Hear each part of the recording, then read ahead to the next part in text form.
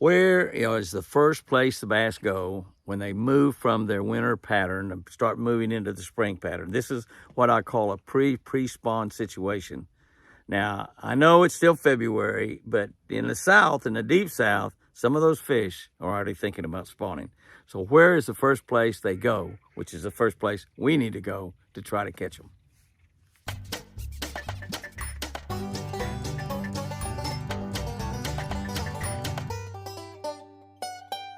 Good morning, guys and girls. February 12th on the Catch of the Day channel.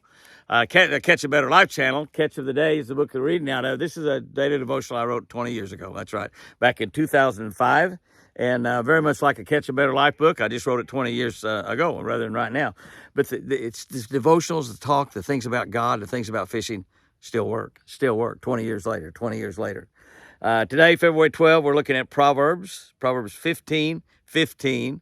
And it says, every day is hard for those who suffer. Lots of us suffer from pain. Mine is my shoulder now. A little knee hurt. It just comes with the territory. A lot of us suffer. Every day is hard for those who suffer. But a happy heart is like a continual feast. So even if we have some pain, even if we have something that we're suffering because of, circumstances that we're suffering because of, health or whatever, financial, friends, family, whatever, a happy heart is a continual feast.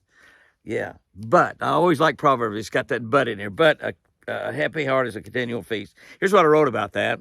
Some fishermen seem to be happy all the time, no matter what. They just tickle to death all the time.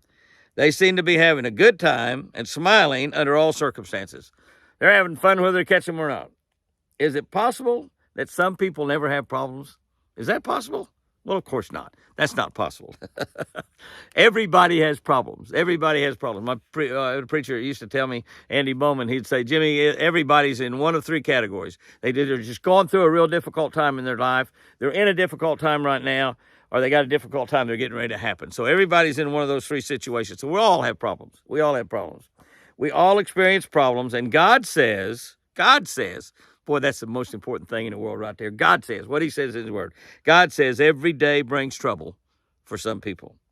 For the poor, this can be just having enough money to eat. Just having enough to eat.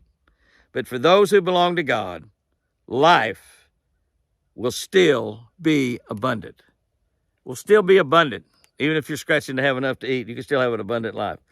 Most of us, honestly, have never had to worry about having enough to eat. Most of us have too much to eat, and we eat it. But we still have many days filled with trouble. You know the situation I've been going through with Chris for almost 4 years now, and she's not been able to walk and can't talk as well as she should be able to, can't use her right hand. It's been a struggle in a lot of ways. But we have had a happy heart throughout that. She's got a happy heart. I've got a happy heart.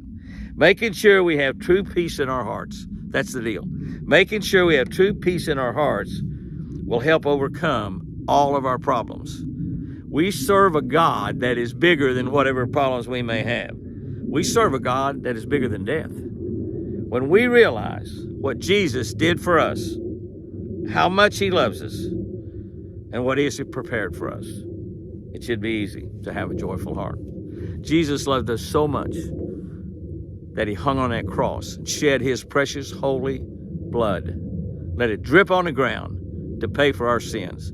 His blood paid the price for the sins that you and I commit. He loved us so much. And then when he left, he said, I go to prepare a place for you in heaven. And it's more than we could ever imagine. Oh my gosh. It should be easy to have a joyful heart. So, when the day gets you down, when circumstance gets you down, start praying, start praising. Your heart will become joyful. You'll have peace beyond understanding. Here's our tip for today.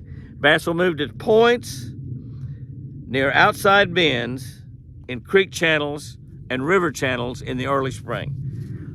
Now, they don't get up on that point real shallow a lot. Sometimes they come up there and they're 8 or 10 or 12 foot deep. But that's the first place they move to be. So that's what you want to search out. I want to find fish. When I want to find fish in February, in most places that I go to, in March, in most places that I go to, I can take a map. I can just look and see where the creek channel gets close to a point. where the river channel gets close to a point. And I circle that point, and I circle that point, and I circle that point. I just go from point to point to point, fishing something like a deep crankbait that'll run 8 or 10 foot deep, a jerk bait that'll run maybe 5, 6, 7 foot deep. It'll get down there, and the fish can come up and get it. A spinner bait, I can run down there whatever depth I want to run it at, and I fish those points. And that's the fish that's going to come in. And one of the best points are the ones that's cleaning outside bends in the river channel that have got good spawning areas back in them. Those points are going to be dynamite. They're going to really, really be good. And those are kind of easy to pick out, but just by looking at your map as well. Guys and girls, go out there and have you a great one. Fish lucky, and remember, I sure do love you.